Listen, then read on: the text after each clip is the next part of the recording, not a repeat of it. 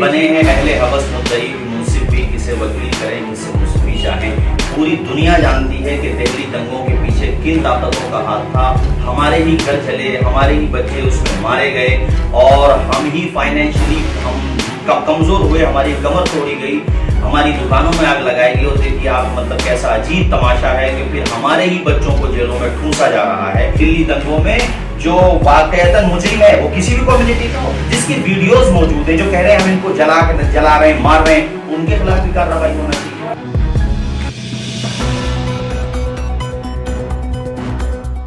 आदाब, नमस्कार, अस्सलाम वालेकुम नाज़रीन। पल पल न्यूज से मैं हूं आपके साथ नदीम अकरम। हम ही को कातिल कहेगी दुनिया, हमारा ही कत्ले आम होगा। हम ही को कातिल कहेगी दुनिया, हमारा ही कत्ले आम होगा। हम ही कुएं खोदते फिरेंगे और हम ही पे पानी हराम होगा।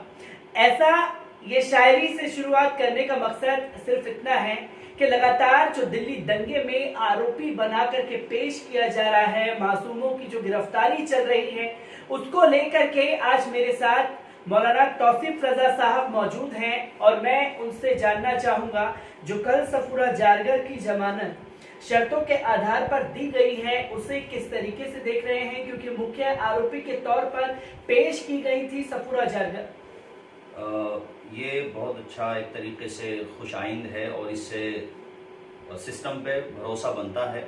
वरना जिस तरह से एक तरफा कार्रवाई हुई थी और जिस तरह से वर्ग विशेष के लोगों को गिरफ्तार किया जा रहा था, उससे नाकामी और बड़ी मायूसी पनप रही थी, ख़ासतौर पे हमारी कम्युनिटी में। लेकिन सिस्टम पे भरोसा बना है और ख़ासतौर पे जुडिशरी पे हम लोगों का एतमाद बहाल हुआ है कि सफूरा जारगर जो एक स्टूडेंट थी, उन पर UAPA जैसी धारा लगा देना जो आतंकवादियों के लिए है, जबकि हमारे स्टूडेंट कोई आतंकवादी तो है नहीं, अपने हुकूक की लड़ाई लड़ रहे थे, अपने संविधान को बचाने की बात कर रहे थे। उसके बावजूद इतनी खतरनाक धाराएं लगा देना ये बहुत ज़्यादा निंदनीय भी है और अफसोसनाक भी है और इससे बहुत एक तरीके की मायूसी होती है। लेकिन बहरहाल हमारे जो है उनको रिहाई मिली है, कंडीशनल ही सही। हम इस पर अपनी जो हमारी वहाँ की हाई कोर्ट है, दिल्ली हाई कोर्ट ने मेरे ख्याल से, तो मैं उनको मुबारकबाद दूंगा कि उन्होंने हमारी इस बात को समझा। क्योंकि हमने ये देखा कल जैसे ही सफूरा जारगर को जमानत दे दी गई तो जो हमारी मेन स्ट्रीम मीडिया है वो इस पर डिबेट कर रही थी कि आखिरकार जो दिल्ली दंगे की आरोपी हैं उन्हें जमानत क्यों दे दी गई। मौजूदा दौर में जो मीडिया की भूमिका है, खासतौर पर हम लगातार देख रहे हैं दिल्ली दंगे में कभी ताहिर हुसैन फेस बनाए जा रहे हैं, कभी खालिद सैफी फेस बनाए जा रहे हैं, तो कभी मिरान हैदर, तो कभी उमर खालिद। किस तरीके से देखते हैं? बने हैं अहले हवस मुद्दई मुंसिफ भी किसे वकील करें किसे मुंसिफी चाहें। पूरी दुनिया जानती है कि दिल्ली दंगों के पीछे किन ताकतों का हाथ था। हमारे ही घर चले, हमारे ही बच्चे उसमें मारे गए और हम ही फाइनेंशियली कमजोर हुए, हमारी कमर तोड़ी गई, हमारी दुकानों में आग लगाई गई। और देखिए आप मतलब कैसा अजीब तमाशा है कि फिर हमारे ही बच्चों को जेलों में ठूंसा जा रहा है। ये तो एक जुल्म की इंतहा जिसको कहते हैं वो कहा जाएगा इसको, कि एक तरफा रागनी मल्होत्रा मेरे ख्याल से उसका नाम है, उसके वीडियोस मौजूद हैं। ऐसे कितने वीडियोस मौजूद हैं जहां वीडियो बना बना करके संघी विचारधारा के लोग उसको अपलोड कर रहे हैं, फैला रहे हैं कि हम इनको मारेंगे, काटेंगे। वही लोग जला रहे थे, मार रहे थे। तो उनमें से मुझे नहीं लगता कोई गिरफ्तार हुआ होगा। अगर हुआ है तो बहुत अच्छी बात है, नहीं हुआ है तो हम अपने मुल्क की हुकूमत से भी और अपने मुल्क के टोटल सिस्टम से ये रिक्वेस्ट करते हैं कि सर आप जो है गैर जानिबदाराना इसकी जांच कराइए। जो मुजरिम है हमारी कम्युनिटी का भी है तो आप उसको गिरफ्तार कीजिए। अगर ताहिर हुसैन के मकान से पत्थर चले थे तो उनको गिरफ्तार कर लिया आपने।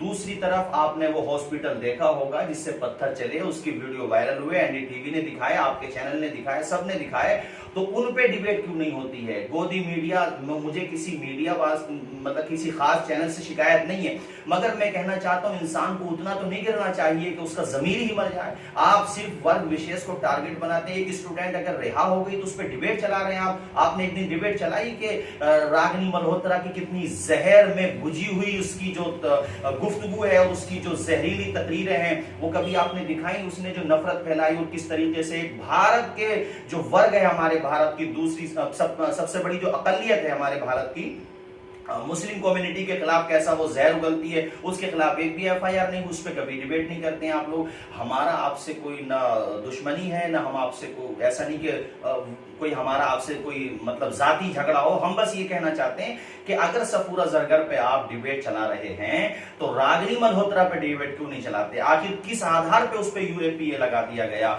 जब ये यूएपीए जब ये मतलब हमारे दोनों राज्यसभा में पास हो रहा था, उसी वक्त बहुत से बुद्धिजीवियों ने मान लिया था कि ये बना ही एक वर्ग विशेष को टारगेट करने के लिए। तो इसलिए हम कहेंगे दिल्ली दंगों में जो वाकईतन मुजरिम है वो किसी भी कम्युनिटी का हो, जिसकी वीडियोस मौजूद है, जो कह रहे हैं हम इनको जला रहे हैं, मार रहे हैं, उनके खिलाफ भी कार्रवाई होना चाहिए। स्टूडेंट तो अपनी आवाज उठा रहे हैं, ठीक है, अगर कोई मुजरिम है तो, लेकिन इतनी बड़ी सजाएं थोड़ी है कि यूएपीए लगा रहे हैं आप उन पर। क्योंकि ये भी देखा गया है कि दिल्ली पुलिस की जो भूमिका है उस पर कई बार सवाल खड़े हो रहे हैं, खासतौर दिल्ली दंगे को लेकर के, क्योंकि नोटिस पे नोटिस जारी जो किए जा रहे हैं और यूएपीए और गंभीर धाराएं लगाई जा रही है, जिसमें डीएस बिंद्रा का भी नाम शामिल कर दिया गया, लंगर लगाने की सजा दी गई और ये बता दिया यूएपीए लगाते हुए कि ये मुख्य आरोपी है, इसने जो है रतन लाल की हत्या की थी। वहीं आप देखते हैं कि इंटरनेशनल लेवल पर बार बार तमाम लोग ये बात कह रहे हैं, जो कपिल मिश्रा है, अनुराग ठाकुर है, पर दिल्ली पुलिस इन लोगों को एक भी नोटिस नहीं भेजती। तो जो दोहरा रवैया दिल्ली पुलिस का देख रहा है उसे किस तरीके से देख रहे हैं? दिल्ली पुलिस से बहुत ही विनम्रता के साथ हम रिक्वेस्ट करेंगे कि सर, डीएस बिंद्रा वो इंतहाई सामाजिक आदमी हैं और वो दंगों में इन्वॉल्व हो ही नहीं सकते।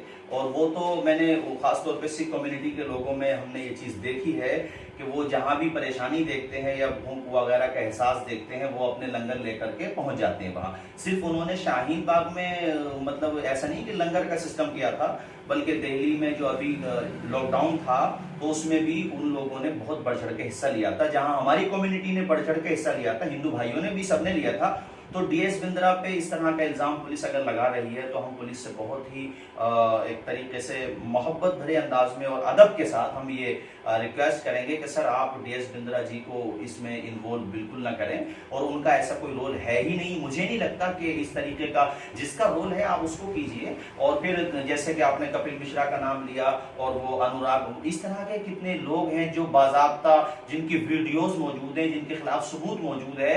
तो हमारा मुल्क संविधान से चलता, बाबा अम्बेडकर जी ने जो संविधान कॉन्स्टिट्यूशन लिखा है उसके आधार पे चलता, तो उसी के आधार पे आप जो है कदम आगे बढ़ाइए। मैं समझता हूँ पुलिस के ऊपर भी दबाव होता है, लेकिन पुलिस के आला अफसरान को खुद से भी सोचना चाहिए कि इस तरह से किसी के खिलाफ ज्यादती न हो।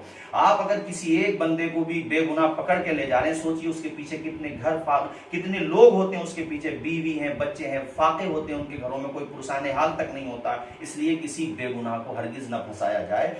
मैं एक आखिरी सवाल आपसे मौलाना साहब लेना चाहूंगा, क्योंकि हमने देखा है कि दिल्ली दंगे को लेकर के जिस तरीके से दिल्ली पुलिस की कार्रवाई है, भारतीय जनता पार्टी की कार्रवाई है, और बीते 7 सालों से जो मॉब लिंचिंग रही और तमाम घटनाएं जो घटी हैं उस पे अरब देशों से आवाज उठने लगी। उस पर अमेरिका लगातार बोल रहा है कि भारत में जो है इस्लामोफोबिया बढ़ा है, जिसके तहत खास कम्युनिटी को टारगेट किया जा रहा है, जिसमें मीडिया अहम भूमिका निभाता है। तो किस तरीके से देखते हैं जो तमाम मुल्क जो ये कह रहे हैं कि मोदी सरकार में इस्लामोफोबिया बढ़ा है, किस तरीके से देखते हैं? पहले तो मैं ये भी कहूंगा कि हमारे भारत ही में इसके खिलाफ आवाज उठाने वाले हमारे हिंदू भाई काफी तादाद में हैं, और अंतर्राष्ट्रीय स्तर पे जो उठ रहा है वो एक काबिल तहसीन कदम है।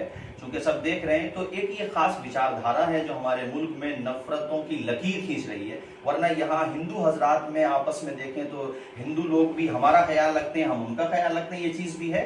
खुद दिल्ली दंगों में हम लोग जब गए थे तो रजा अकेडमी का भी वफद था वहाँ पर, और भी दीगर जो मुसलमानों की तहरीकें हैं, फ़रोग़ इस्लाम था, तंजीम रजा इलाही, और भी अलग अलग तंजीमें थी पूरे मुल्क भर की। तो हमने खुद वहाँ जो हिंदू भाई थे वो कह रहे थे कि साहब हम तो मोहब्बत से यहाँ रहते हैं, पता नहीं कौन आया यहाँ और आकर के हमारा लगाया हुआ चमन उजाड़ के चला गया। तो ये तो एक ब्रेन वाश्ड लोग थे जिन्होंने आकर के।